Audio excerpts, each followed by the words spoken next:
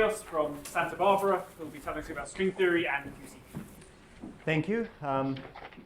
It's really, really nice to be lecturing here. This is a place very close to my heart. So I want to start with some introductory remarks. The title of the lectures is QCD and Strings. In case any of you were at the course I taught at CERN early this year, the focus is going to be very different, so hopefully you won't be too bored. And the first thing I'd like to say is that as you've seen, QCD remains a challenge after 34 years since the discovery of asymptotic freedom. We have no analytic and truly systematic methods to solve it or even to analyze some of its properties. You'll hear a lot about the lattice methods this week. The lattice is a wonderful tool for some purposes and for computing some quantities, but it's not good, at least at the moment, for others.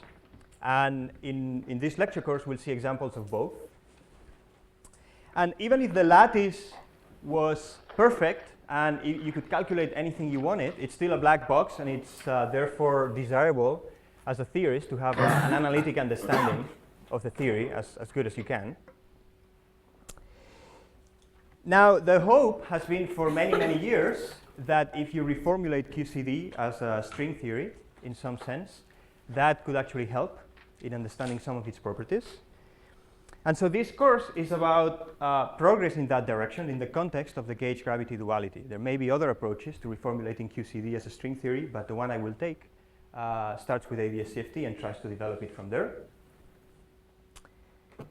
I'm going to focus on conceptual aspects and not on technical details, because my goal is to take you as far as possible in as little time as possible.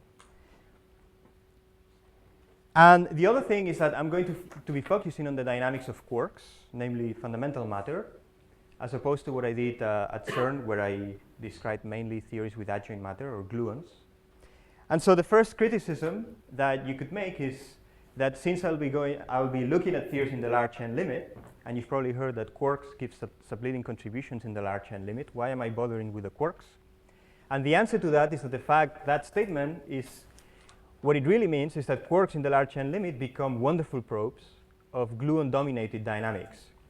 But after all, most of what we know about QCD, phenomenologically, is due to the fact that we have these wonderful probes, the quarks, that form bound states, mesons and baryons, and from that is where we actually know most about QCD. Nobody has yet experimentally detected a glue ball, as far as I know. Good. And the other thing that I want to emphasize is just like Shiraz did, I would be really, really happy if you ask lots of questions and interrupt me, because otherwise it's really boring and I have no feeling as to whether I'm going too fast or too slow. And I'm also emphasizing this because I'm aware that there's going to be some overlap between things that I'm planning to cover, I don't know yet to what extent, and things that other speakers have already discussed for you. And so, but I wasn't here last week, so I don't have a perfect feeling for that. So if you can give me some feedback, that'll be very useful for me. Okay? Any questions so far? Good. So as I said, I'm not yet completely sure about what I'm going to cover, but a rough outline would be as follows.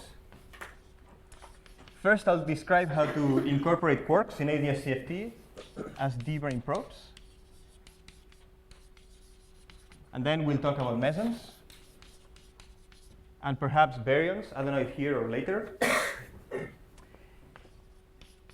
This will be at 0 temperature. Then we'll introduce some finite temperature. And this will lead us to the connection to Rig physics. It's actually, this is a nice topic because it's very easy to make a connection to experimental physics. So, and this is going to be part 1, because here there will be no quarks. This is just the usual ADS-CFT correspondence. Then we'll do the same thing now with quarks. So this is no quarks, and this is with quarks. And then at some point I will also discuss theories with finite chemical potential for baryon number. So finite mu baryon. And we'll see how fast we go or how much we cover. But that's the rough outline. So, any questions Good. By finite, I mean non-zero. Yes. Thank you, Paul.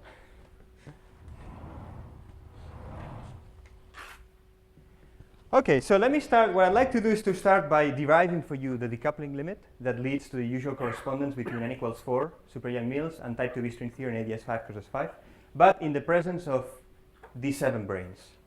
Because then we'll see that there are two sectors on either side of the correspondence.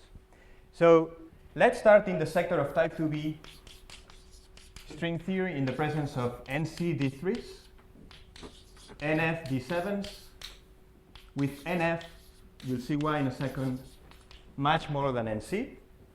C and F stand for color and flavor, as you'll see also. So the picture that we have in mind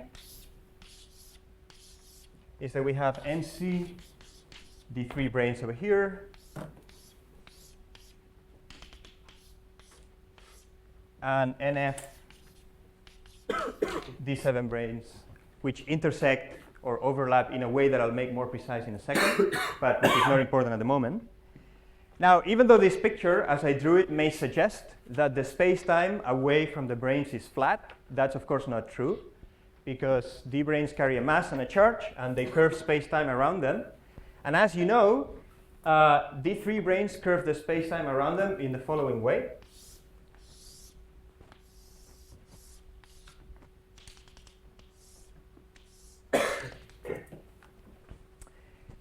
Far away from the branes, the space is asymptotically flat. So what you have is Minkowski in 10 dimensions. But near the location of the branes, they develop a throat, which turns out to be ADS5 crosses 5, with some radius which we'll call capital R.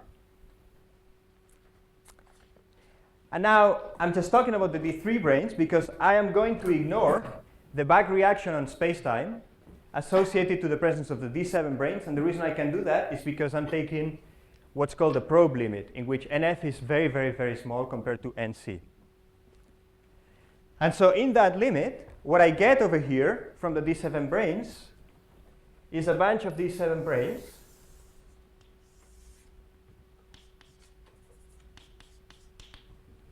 that become a probe, live in the geometry created mainly by the D3 branes. And of course, this radius, as you saw, as you've seen multiple times, r to the fourth goes like GS NC times LS to the fourth. Any questions so far? Tell me. The thing that the back reaction is small, is this just a standard law, or has this been calculated because 2D supergravity is a highly nonlinear theory, right? Yeah, but the source, so yes, it's been calculated, and I'll give you examples of corrections to thermodynamic quantities, for example, in n equals 4 that are suppressed because they come from the 7 branes. But in addition to that, what I'm saying is that the strength of the source, if you like the energy momentum tensor, that source is the solution, is small because it's proportional. The difference between the two is the ratio between NF over NC. So this is like neglecting the back reaction of the moon or the Earth on the gravitational field of the sun. Even though... Yeah, but this works for point-like sources, like as one knows from GR, people who try to calculate rotation curves of galaxies.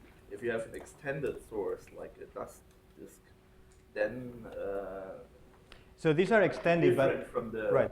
These are extended, but they are still localized on some hyperplane. So they have some codimension larger than 0. So you'll see that it actually does make sense. Another thing you could ask is whether or not including, if I were to try to include the back reaction of 7 branes, as you know, that's problematic. But that would take me a little bit too far. But I'm happy to discuss that if you ask me again in private. Yeah. But that's a good question. Okay, so given this relationship here, let's call this picture A and this one B.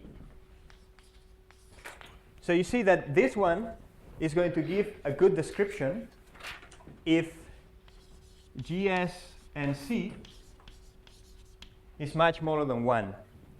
Because in that case, the size of this throat, which is the size of the region in spacetime where the spacetime deviates from flat space, is very, very small compared to the string length. And I can basically, and this is Polchinski's insight, I can replace this by a boundary condition, essentially a boundary condition for open strings in an otherwise, which propagate in, and closed strings, which propagate in an otherwise flat spacetime. But if GS and C is much larger than 1, then this is a good description because I can't ignore the back reaction, but at the same time, R becomes very large compared to the string length, and so this is a very smooth weakly curved geometry that I know how to analyze. So now let's look at excitations on either description, and this is what's going to lead, in the decoupling limit, this leads to the correspondence in the presence of flavor branes. So over here, we have 4 different types of excitations. We have closed strings. We have 3-3 strings. So these are the closed ones, the 3-3 ones. Now we have the 7-7 ones and the 3-7 ones.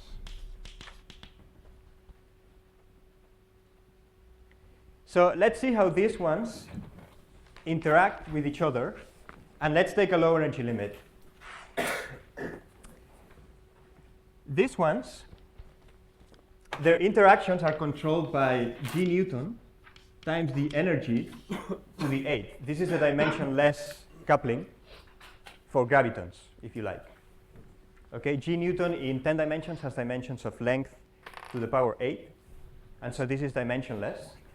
And this, of course, goes to 0 when we take, if we look at low energy excitations and low energy processes, this goes to 0. This is just a statement that gravity is infrared free.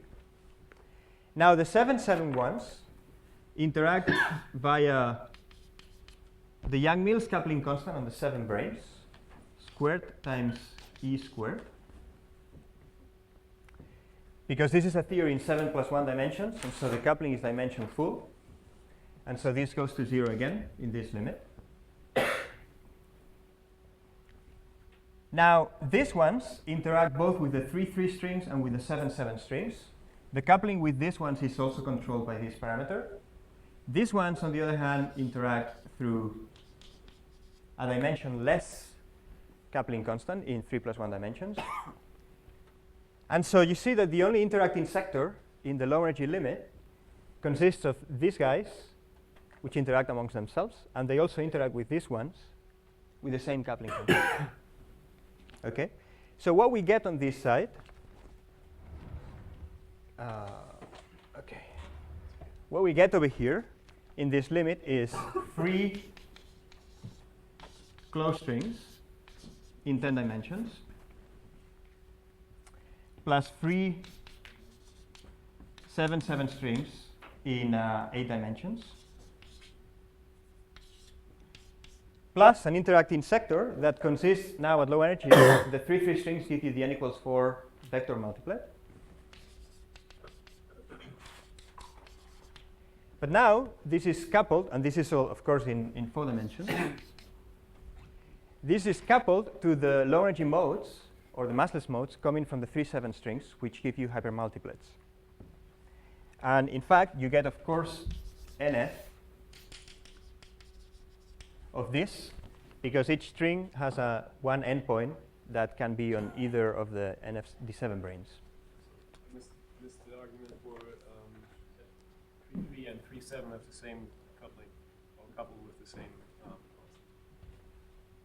I'm saying these ones interact with these ones with this coupling constant. Oh, okay. So let me put it differently. These ones interact both with this and those, with these ones with this one here, and with those with this one here. Okay. So you get these NF hypermultiplets, which transform in the fundamental of the gauge group, which is SU and C. So they transform in the fundamental both of SU and C, which is the gauge, and of SU and F, which is global, because the gauge symmetry associated to the 7 branes, when you send the coupling constant to 0, becomes just a global symmetry. So the theory now has a global symmetry that rotates the hypermultiplets into one another. So this is what we get on this side. Let's see what we get on the other side. Yes? What is the formula for the deficit angle of a single 7-brane in flat space, please? It's something that depends only on G string, right? I don't remember by heart, but it probably depends on GS times the number of 7 branes, yeah. Times the number of 7 branes. So if you just had, and in your decoupling limit, you're keeping GS finite. It's the usual Maldacena limit for 3 branes, right? That's right, but in the large n, you know that G squared Young-Mills goes to 0, and so GS goes to 0 too. I see, but suppose we were doing it in most generality. You know, the generality that Maldacena took as limit. Right. Then you would be keeping, it's not part of the decoupling limit to take G to 0. Right. Okay, so the D7 branes certainly change the asymptotics of space at infinity. Right. Now, when you're in ADS, you say they don't, that ameliorates this effect? No, so I think what you're addressing is to what extent a back reaction could be included consistently. Because where that completely changes everything. Good. So there is an issue as to if you want to take a decoupling limit as I'm doing from starting with the configuration in flat space, you're right that the 7 branes will change the asymptotics far away over here, far away from them. I don't think anybody has actually resolved this question completely, but I can give you another way of looking at it, which is none of them I find completely satisfactory, but let me just tell you.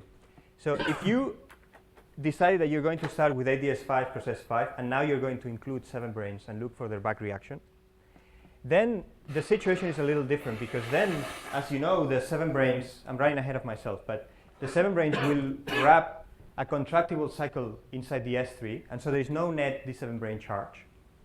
And so you may suspect that that's going to change the solution dramatically, because you're solving for the back reaction in a space that has a different topology. Okay? There's still a problem, however, because they source the dilaton. Okay? And there is a net charge for the dilaton sourced by the 7 branes. So I don't know.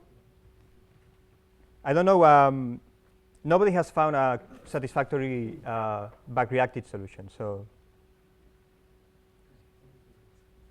They still have the same co-dimension, though. They wrap a compact cycle, but in a compact manifold. So yeah, but it's a still contractible cycle, so they have no net charge. But they should still give a deficit angle.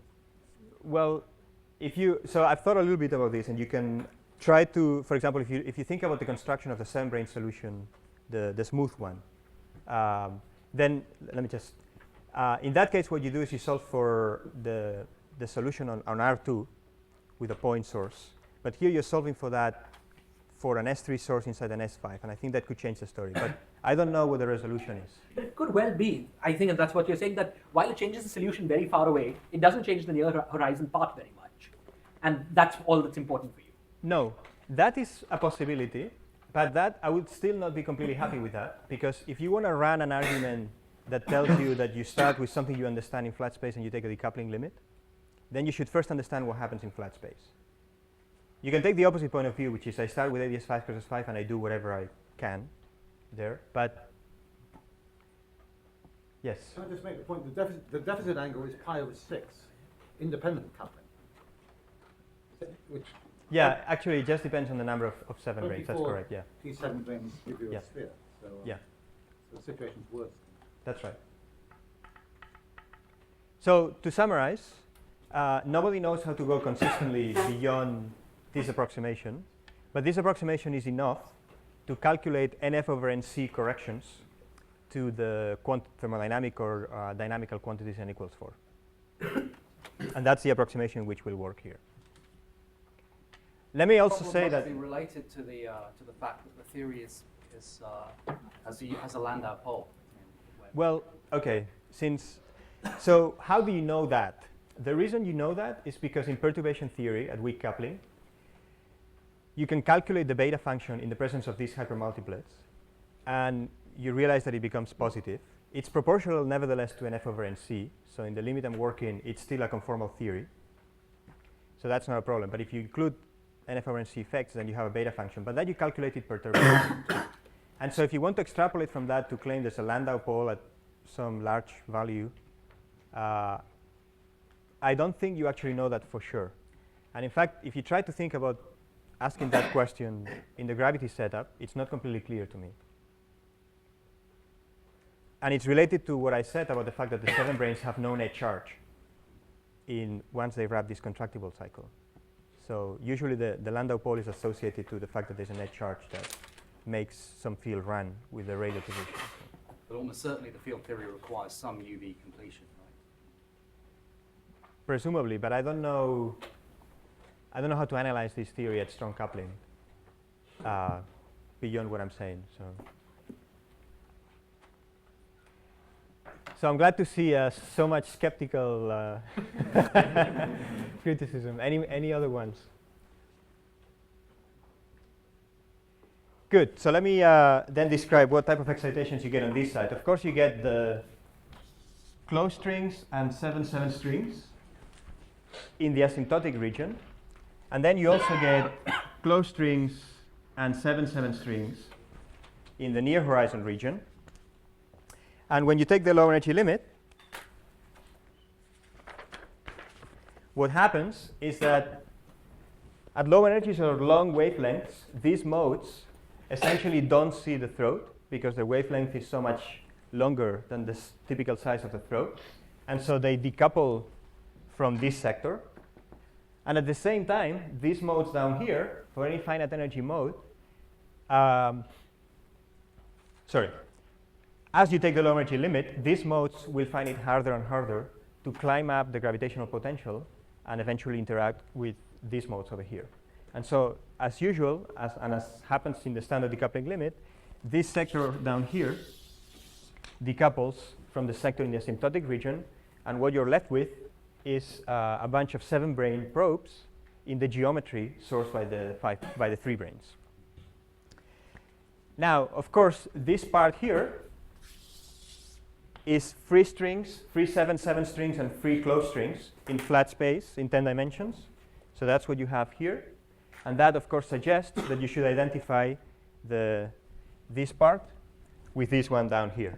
So what you derive, or are led to believe, is that n equals 4 super Young Mills with now flavor, with fundamental matter, is dual to 7-brane probes in this geometry.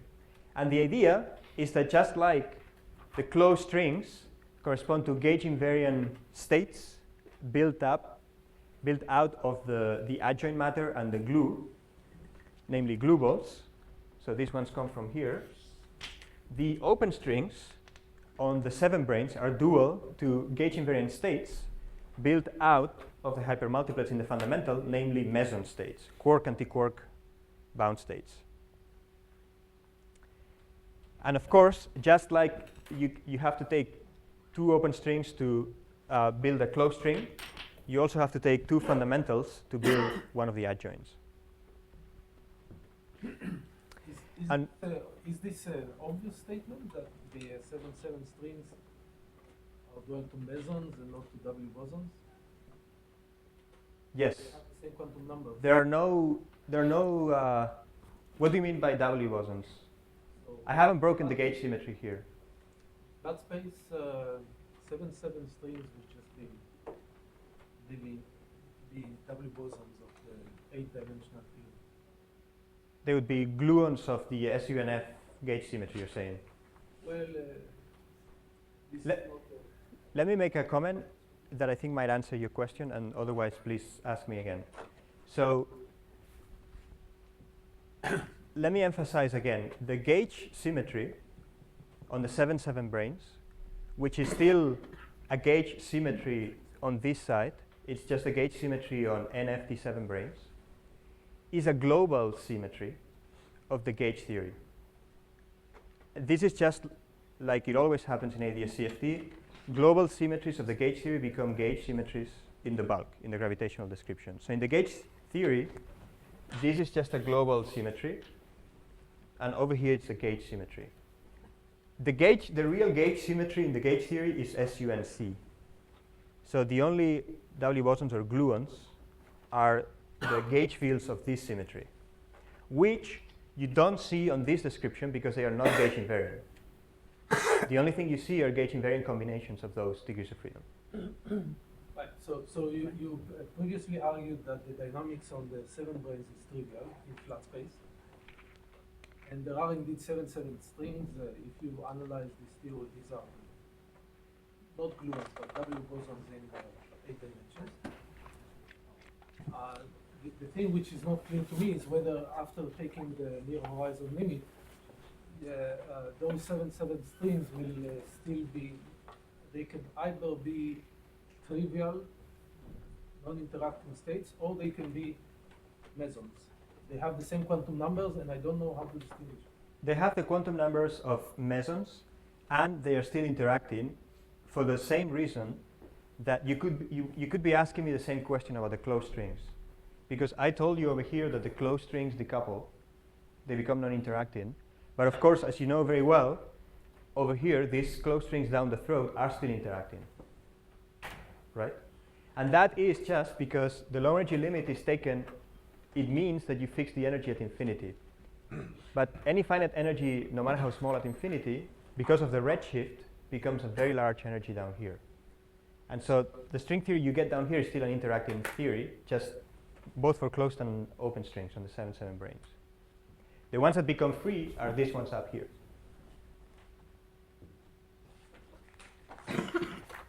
Okay, so one additional remark that I should make is that even though I have concentrated, and I will be concentrating on the D3, D7 system, you can run the same argument for DP, DQ systems that will lead to fundamental matter in theories that are not conformal. They're not n equals 4. And for example, you can, instead of deal with D7 branes, you can deal with D6 branes, D5 branes, etc., whose back reaction we understand much better. So even though I concentrated on D7 branes, which are problematic and led to this discussion, this is just one example of a much more general framework. Okay? And you always end up with DQ branes of some dimension in the background sourced by DP branes. And that's the way you add fundamental matter in this small number of flavors limit. You didn't discuss yet the question of what supersymmetry is left. I will get to that. I will get to that. But since you ask, I can tell you immediately. So over here, the D3 branes and the D7 branes, each of them breaks 1/2 of the supersymmetry. And so what happens when you add the 7 branes, or equivalently when you add the hypermultiplets to the gauge theory, is that you break n equals 4 down to n equals 2. Okay, then the surviving supersymmetries are only n equals 2. And at the same time, you also break the global symmetry, the SO6 symmetry of the gauge of n equals 4 also gets broken to SO4, as we will see in a second.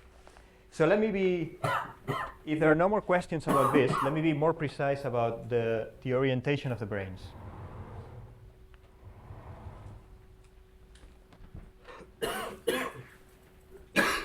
So let's call 0, 1, 2, 3 the 4 directions along the 3 branes. And then let's take the D7 branes.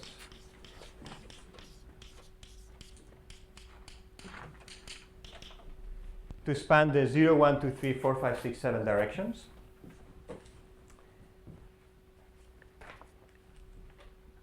These directions here, so you see I'm taking the D7 branes to lie along these directions because this intersection preserves 1/4 of the supersymmetries. This is a supersymmetric intersection because they share 4 relative transverse directions. So these directions here are the directions associated to the gauge theory, X. These ones here are what you usually think as the directions transverse to the 3 branes. So we'll use a radial coordinate R and 5 angles to label them. And then we will also be using a radial coordinate in the 4, 5, 6, 7 directions, which we'll call rho, and 3 polar angles. And also here, the 8, 9 directions, sometimes we'll use Z for the radial direction in the 8, 9 plane, and phi for the polar angle. So the picture you should have in mind is the following.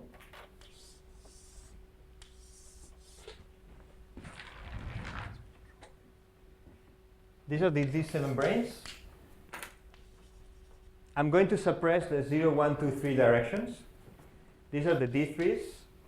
And then around the D3s, there is an S5. And the radial direction is R. And then this is the 8, 9 directions. These are the 4, 5, 6, 7. And this radial direction over here is rho. This one is Z. And this one is little r. And rho, each point on the 7 brane is surrounded by a 3 sphere. Is this clear? This is important because it will come up again and again. So in that picture, the D3 and D7s are intersecting? No. Over here, so you notice that the 8, 9 directions are transverse to both of them. So I can separate them. Despite the way I drew the picture here, just to run the argument, the truth is that you can separate them. And of course, separating them means that you give a mass to the 3, 7 strings, which is therefore the mass of the hypermultiplex. So this distance, which we will call capital L,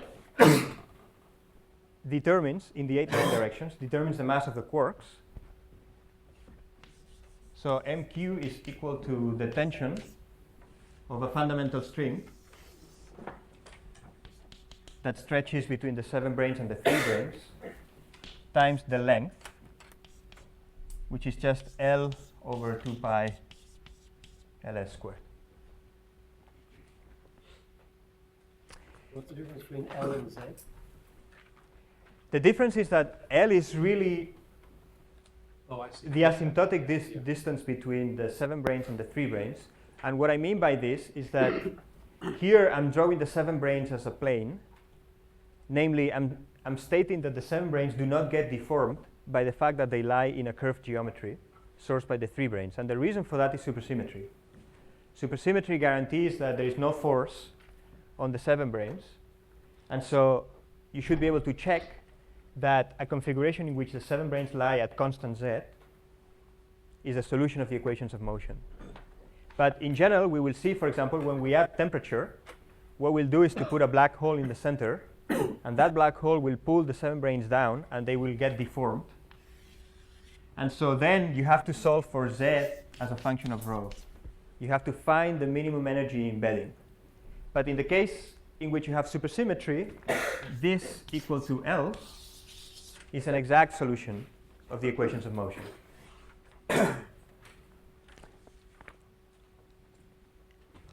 Now, if you look at this array here, you immediately realize that what I was saying before happens, namely the SO6 symmetry that the n equals 4 theory has, which is associated to rotations in the 4, 5, 6, 7, 8, 9 transverse directions, gets broken to SO4, which is rotations in the 4, 5, 6, 7 directions.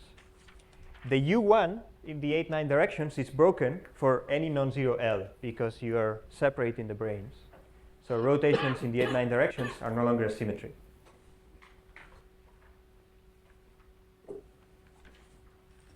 And also, as I said, n equals 4 gets broken to n equals 2.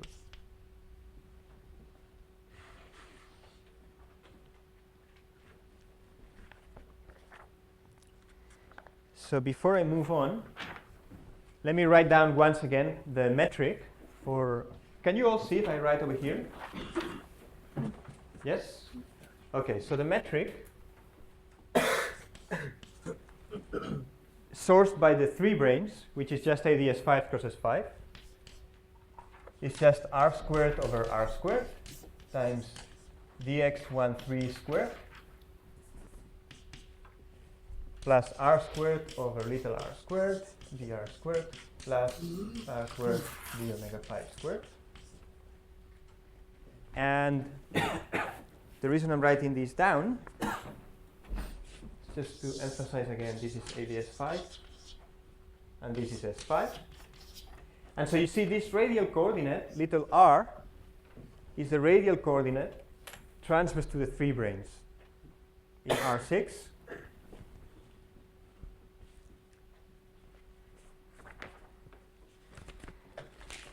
And now, if I tell you that the branes, the 7 branes, are embedded in the following way, they lie, as I said, they lie at z equals L. So remember here, I'm giving you the change of coordinates between little r and the angles, and z and rho. So in particular, you notice that r squared is equal to rho squared plus z squared. So as an exercise, you can now compute the induced metric on the 7 branes, given that they are embedded according to these equations in this geometry.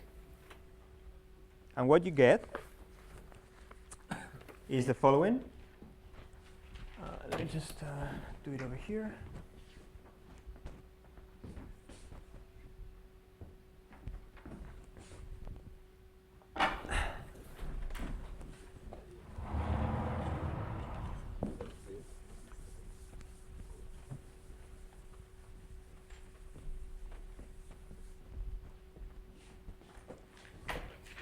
This is an 8-dimensional metric, of course, on the D7 branes, which takes the form rho squared plus L squared over R squared times dx13 squared plus R squared over rho squared plus L squared d rho squared, and then here there's R squared rho squared over rho squared plus L squared d omega 3 squared. So of course the sphere is now a 3-sphere.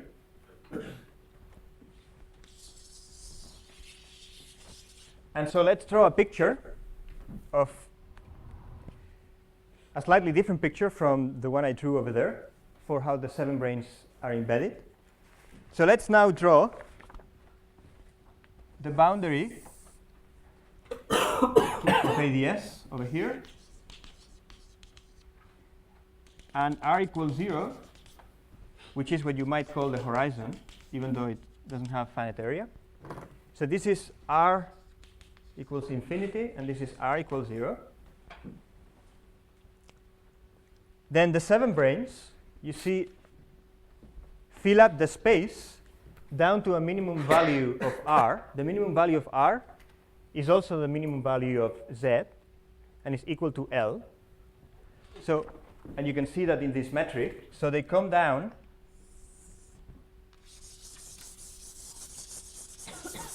they fill up the ADS5 part of the metric all the way down to r equals L. And so this is also rho equals infinity, and this is rho equals 0. Okay, it's this point here. So this is the D7. And of course, on the S5, you see that each point on ADS5 is accompanied by an S5 over here. This is the background geometry, but the 7 branes wrap a 3-sphere of varying radius. So asymptotically, for large rho, the radius is capital R, so they wrap an equatorial S3 inside the S5. It's a maximum S3. But as you move down in rho, the S3 becomes smaller, and eventually down here, it becomes a point. So this is a collapsed S3. And so what this means is that the intrinsic geometry of the 7 branes looks like this. there's an S3, a big S3 at infinity, and then it becomes smaller and smaller until it becomes a point down here.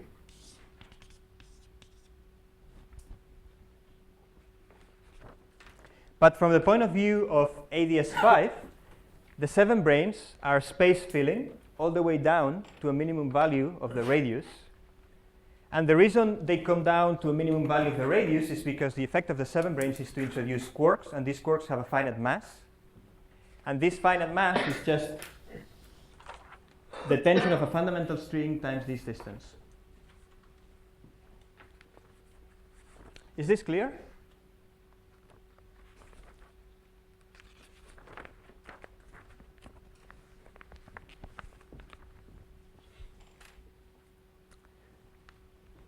Okay, so note that if you set capital L to 0,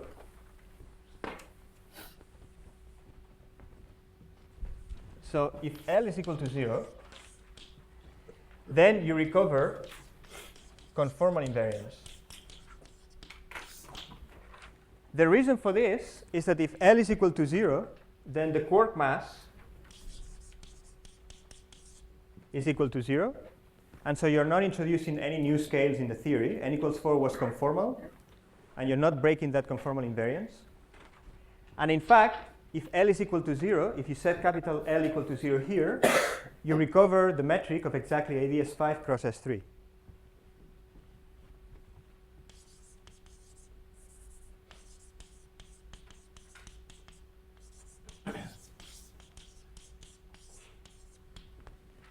And the presence of this ADS5, exact ADS5 factor tells you that the theory is conformal within the approximation we're working in.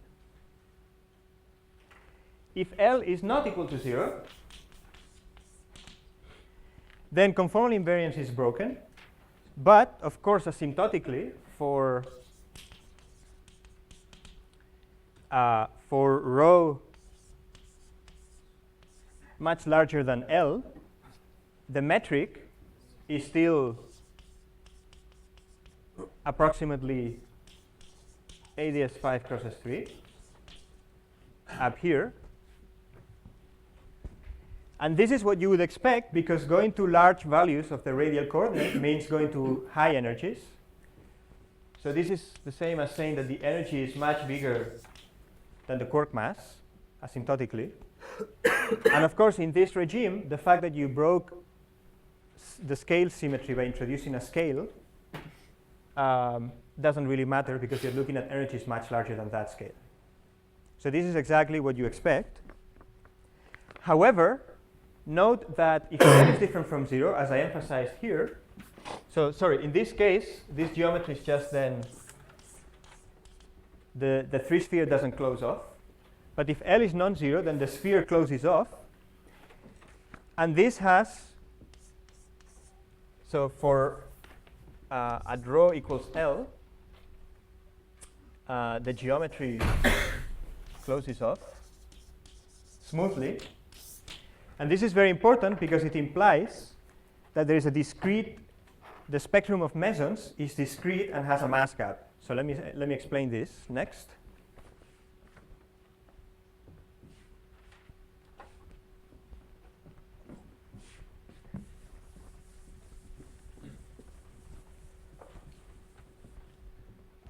Did somebody discuss the spectrum of glubles, for example, for a confining theory?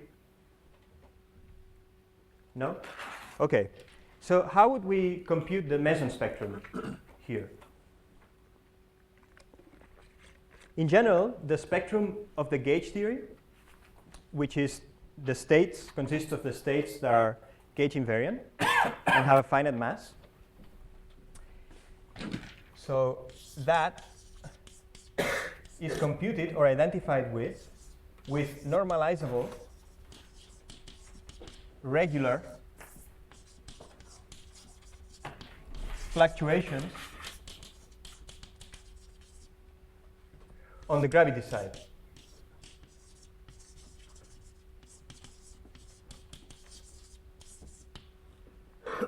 The reason for this is very simple. in this duality, you identify the Hilbert spaces of the gauge theory with the Hilbert space of the gravity theory. And of course, to construct a Hilbert space of states, physical states on the gravity side, what you would do is look at fluctuations of the metric and your other fields, look for normalizable regular modes, and those are the ones you would use to construct, for example, the one particle states, and then you construct the rest of the Fock space by taking tensor products of that. So these are the natural modes to look at in order to construct the space of physical states. Okay? In particular, if we want to look at meson states, those, remember, are quark-antiquark bound states. And I told you that those are dual to states of the open strings on the 7-7 branes. Okay, so the mesons. So let me maybe explain this over here.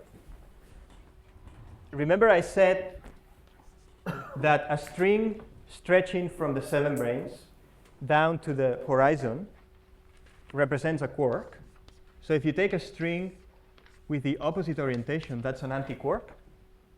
And if you join them together, you get a quark-antiquark bound state, namely a meson. So this is a string that has both endpoints on the 7 branes. And if we are interested in the low-lying or the lightest mesons, then we only need to look at fluctuations of the 7 branes that are light, and those are the ones that are captured by the effective action for the 7 branes, which is the Dirac-Born infill action. So we need to look at modes. In this case, these 7 fluctuations.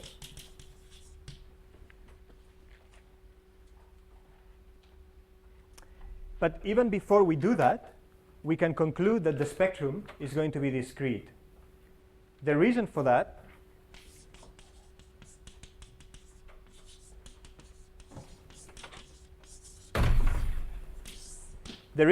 is as follows.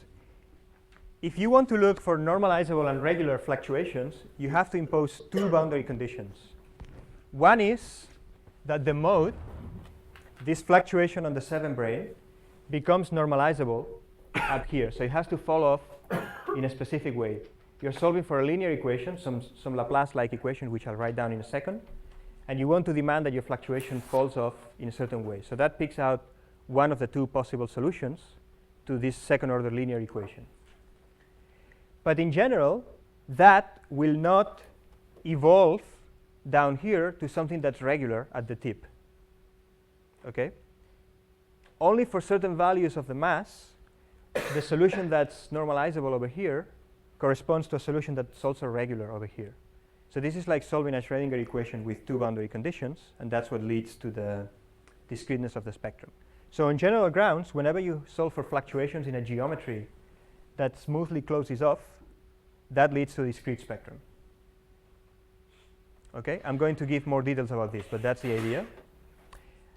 And then you have to do a little bit more work to actually show that that spectrum is not only discrete, but it has a mass gap. Namely, there is no state which is massless. Okay? And I'm going to show this, but the mass gap, we're going to see, turns out to be of order mq over the square root of the tooth coupling. So what this is saying is that these mesons are much, much lighter than the constituent quarks that you're using to build them.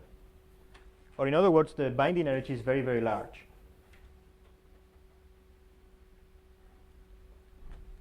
And the explanation for that is clear in this picture. Well, not in this one, but let me draw it like this.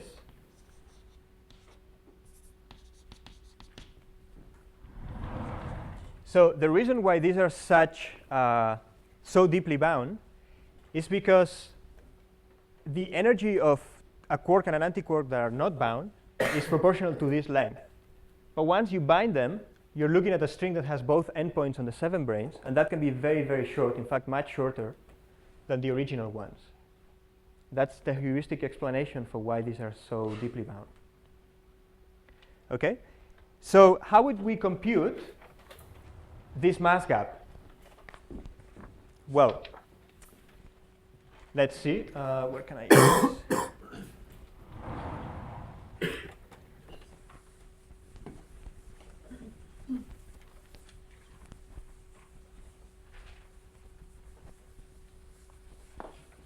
Are these confined? No. I'll come back to that. Probably not today, but later. Yes. So that's a good observation. These are bound states, quark antiquark bound states in a theory that is not confining. N equals 4 is not a confining theory. But that doesn't mean you can't have bound states. And we'll come back to this. So I just said that we need to look at little fluctuations on the 7 branes. So let's look, for example, for simplicity, at one of the easiest ones to look at, which is, remember I said that Z equals L was an exact solution, but now we want to look at fluctuations around that ground state. So let's take capital Z to be equal to L plus a fluctuation, little z, that can depend on x, rho, and the angles on the sphere. So this is z. And then all we need to do is to compute the linear equation of motion for this fluctuation. How do we do that? Because we know what the low energy effective action for the D7 branes is. So that's just the usual Dirac-Born infill action. So it's the tension of the D7 branes times the integral of e to the minus the dilaton times square root of the determinant of the induced metric plus the gauge field on the 7 branes, plus there's a Wess-Zumino term here, which is not important. This is just 1 because it's constant. The dilaton is constant for the solution sourced by the D3 branes. ADS5 crosses 5 has a constant dilaton. And this one here, we are setting it to 0 because we are not worried about fluctuations of the gauge field on the 7 branes. So all you need to do is take the embedding for the 7 branes that we had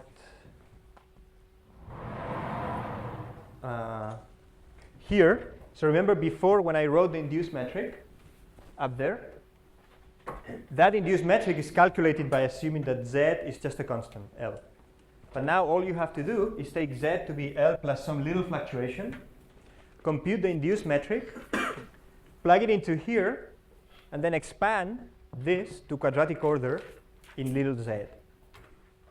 The reason we expand to quadratic order is because we are looking at a small fluctuation and we're just interested in the linear equation of motion, which is going to be some sort of Laplace-like equation on that metric. Why do you set the field strength to 0?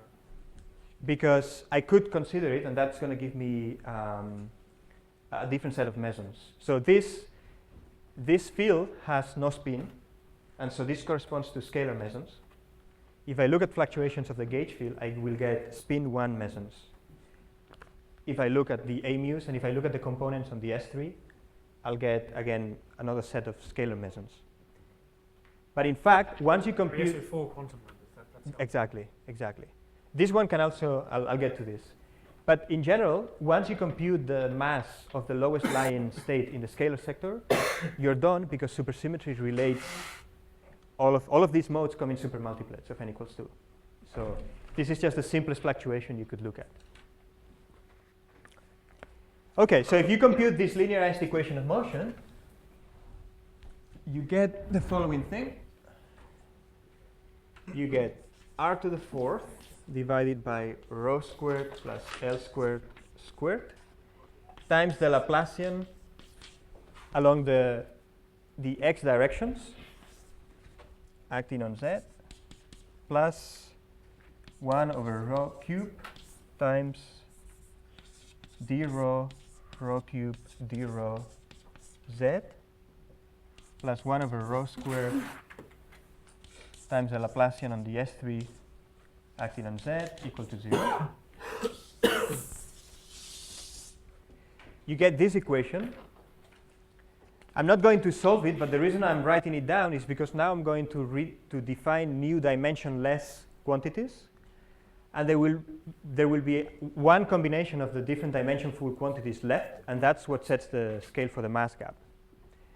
So once you're at this point, because of the symmetries of the problem, you could separate variables and say that you're going to take your fluctuation to be of the form a plane wave in the x directions, because you have translation invariance along the x directions, times some function of the radial direction rho, times some spherical harmonic on the 3-sphere.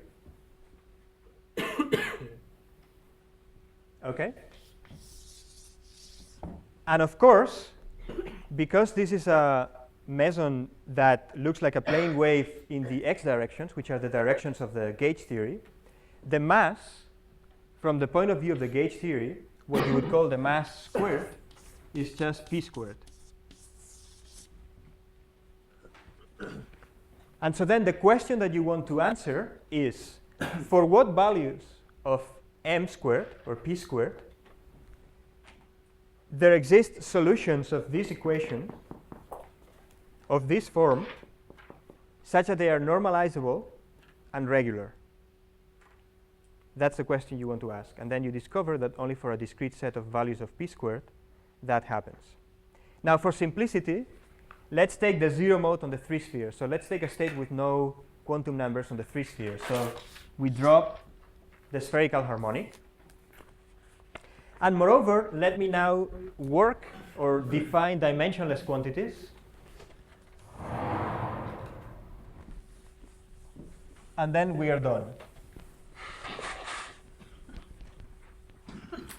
So let's define rho bar to be rho over L, h bar to be h over L, and m bar to be m r squared over L. If you do that, this equation becomes just m bar squared over rho bar squared plus 1 squared h bar plus 1 over rho cube d rho bar cube d rho bar h bar equals 0. And there is no term coming from this piece because I'm just, for simplicity, taking the 0 mode. And now we're done because in this equation now, which is of course equivalent to that one in new variables, everything is dimensionless. And so whatever the values of m bar for which this has normalizable and regular solutions, they have to be of order 1. They are going to be a pure number. They will not depend on the quark mass or on the tooth coupling or on n or anything else. They can only depend on this parameter m bar squared. Yes? So that tells you that m bar for which this has normalizable and regular solutions is going to be order 1, just a pure number. And that means, if you look at this formula, that m is therefore going to be L over r squared up to a pure number again. And this, remember, L up to the string length is just the quark mass. And r has a root of the tooth coupling, r squared, in it. So this is what you get.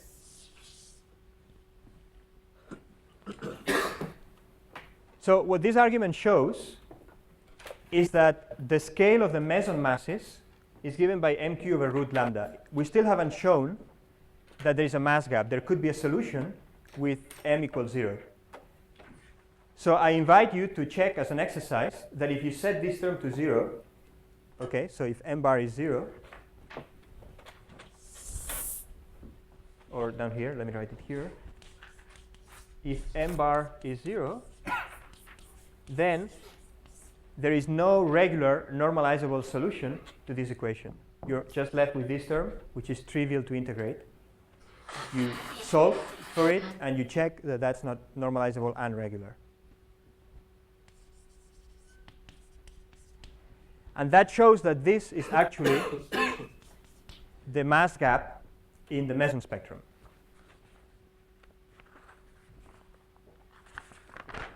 And that conclusion is not changed if you include the. No. Including the spherical harmonics? Yeah, experiment. No, that just actually raises the mass, if anything. Yeah.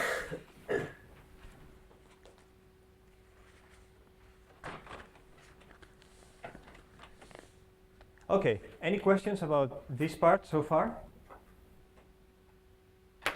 So the mode where the D7 brain just moves up and down. So what does that correspond to then?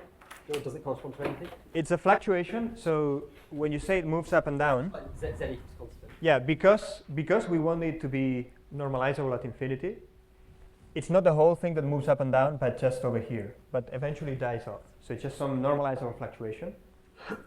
And it corresponds to some scalar meson in the gauge theory, the reason being that this field has no other quantum numbers from the point of view of the gauge theory, apart from momentum in the gauge theory directions, and an SO4 quantum number. Remember, rotations on the S3 are geometric in the gravity description. They are really rotations of a three-sphere.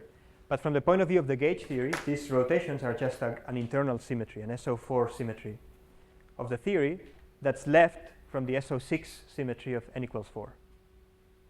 So these are scalar or pseudo-scalar mesons that carry a momentum and perhaps an internal quantum number. But they don't have any, their spin is 0. If you looked, for example, at fluctuations of this, other modes on the 7 brains, okay, this F is dA.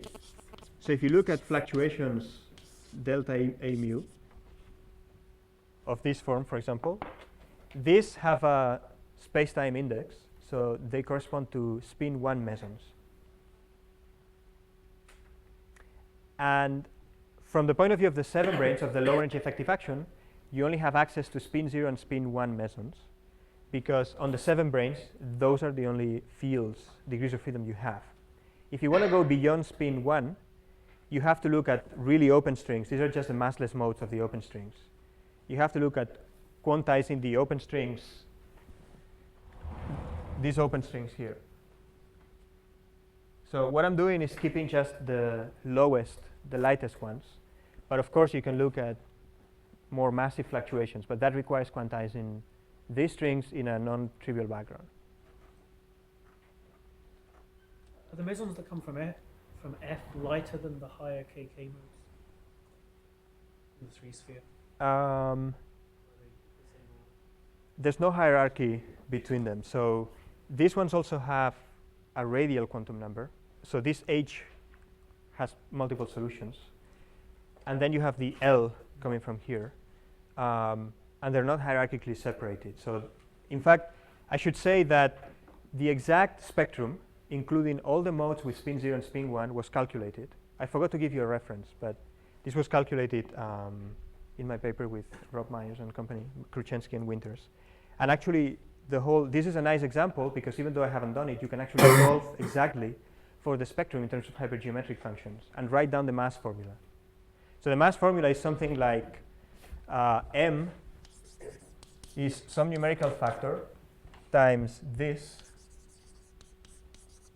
and then times some square root of n plus L plus something else, some combination of radial and angular quantum numbers. So you can exactly solve for that.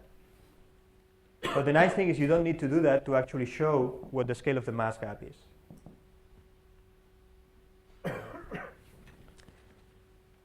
Okay, so in the last 10 minutes, let me do a couple more things. One is to put this into context. So what we've done here, if we had calculated all these masses, namely if we had obtained this formula, what we would have done is equivalent to calculating or obtaining the effective action in the gauge theory, the effective action for the low energy or low mass mesons. So in QCD, you know that you can write down something called the chiral Lagrangian, which is an effective action for the light degrees of freedom, usually for the pions. But in principle, you can include the rest of degrees of freedom, like other mesons. Okay?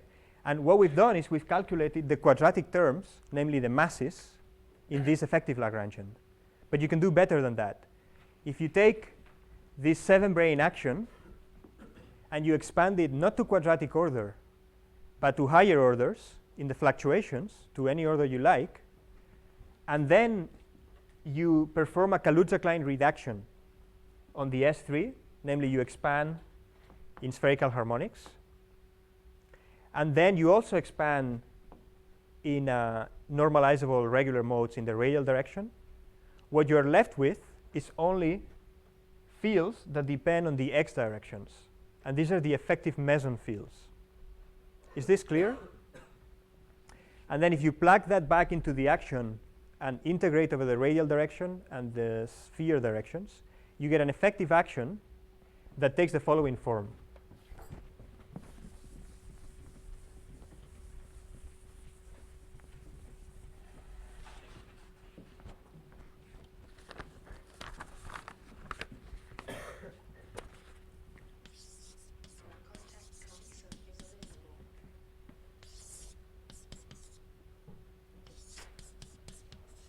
So it has some kinetic term. Capital phi here stands for any, I should emphasize, this is integrated over d4x.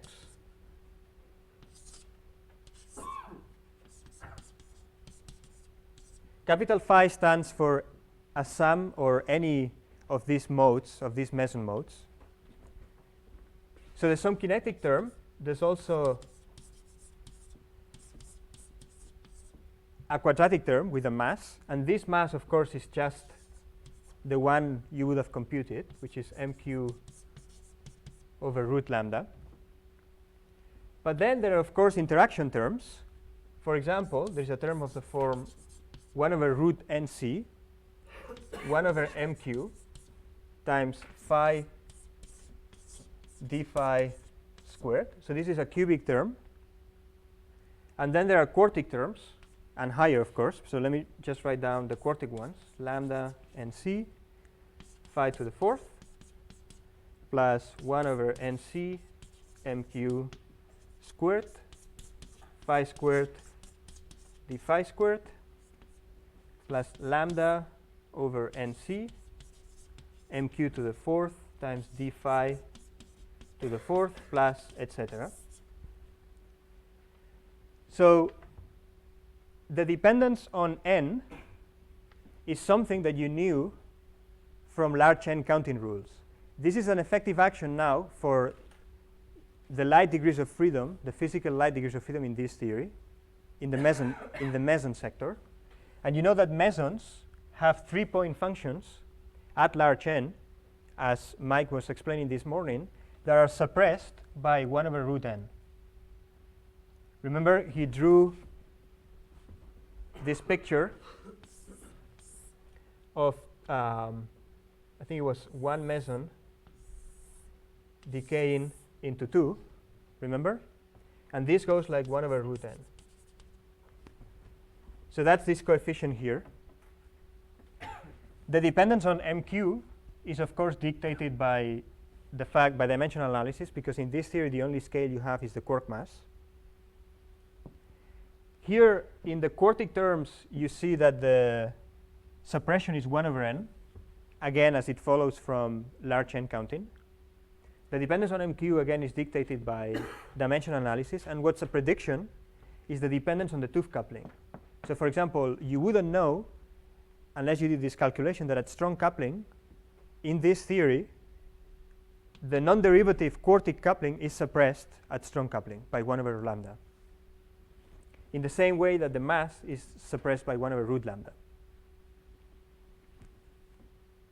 Is this clear? So you should think of this as the analog of the chiral Lagrangian in QCD for the light modes. Sorry?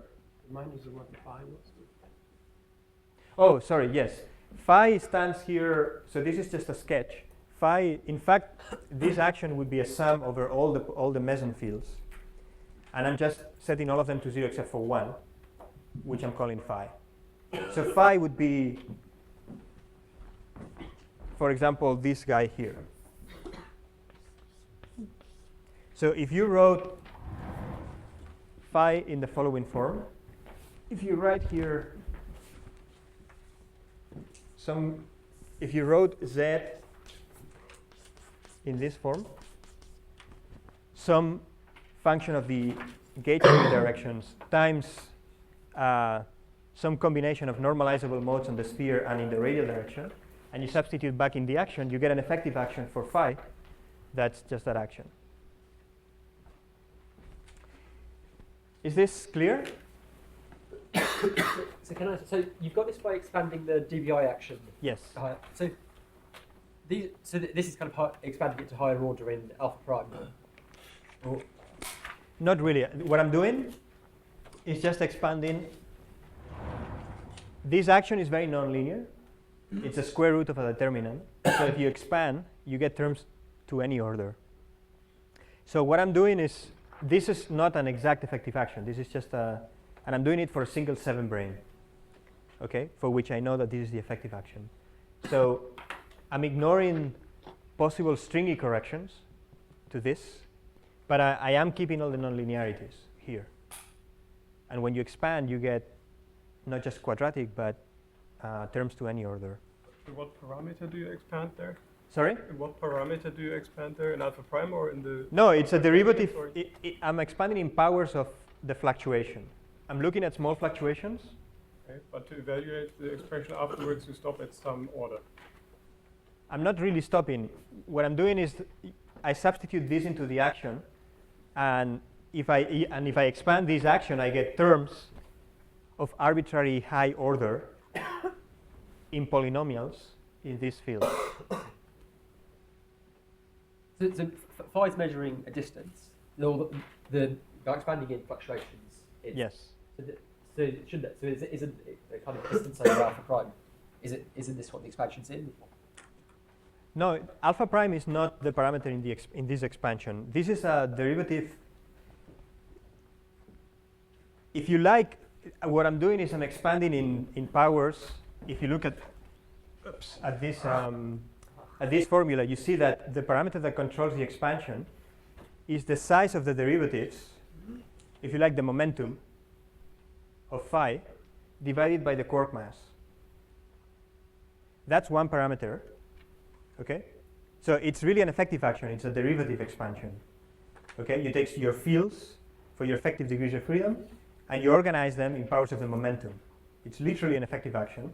But there's another thing which you note, which is that in the large n limit, any gauge theory is a free theory in the large n, because all the interactions are suppressed by powers of n.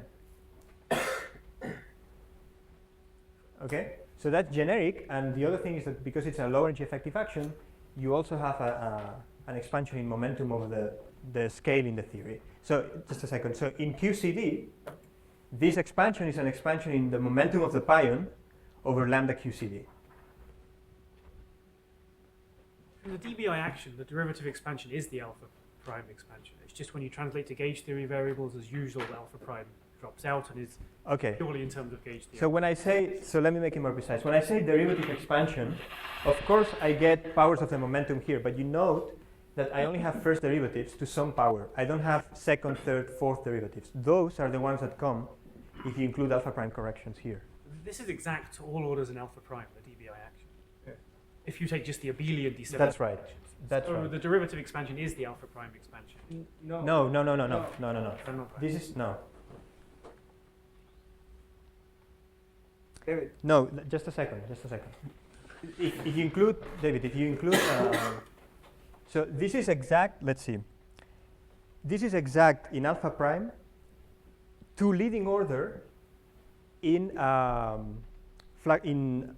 the wavelength of the gauge field. So you can allow here, so this effective action resums all powers of f to the n, but it doesn't include things like derivative of f or second derivative of f or things like that. Those So these ones will only give you, acting on the gauge field on the scalars, a single derivative to an arbitrary power. But you will not get things like derivatives to the n acting on phi. Those are not included in the alpha prime resummation. That's true. So you think these are the alpha prime Yes. corrections? Yes. Mukund. You already said it, but it's just that the dBi is accurate to all orders in velocity. Exactly. Not accurate to any order in acceleration. In acceleration. Absolutely. Yeah, that's a good way of saying it. Yeah. So only first derivative, not. Yeah. Any more questions? I ran out of time, so if there are any questions, I'll take them now.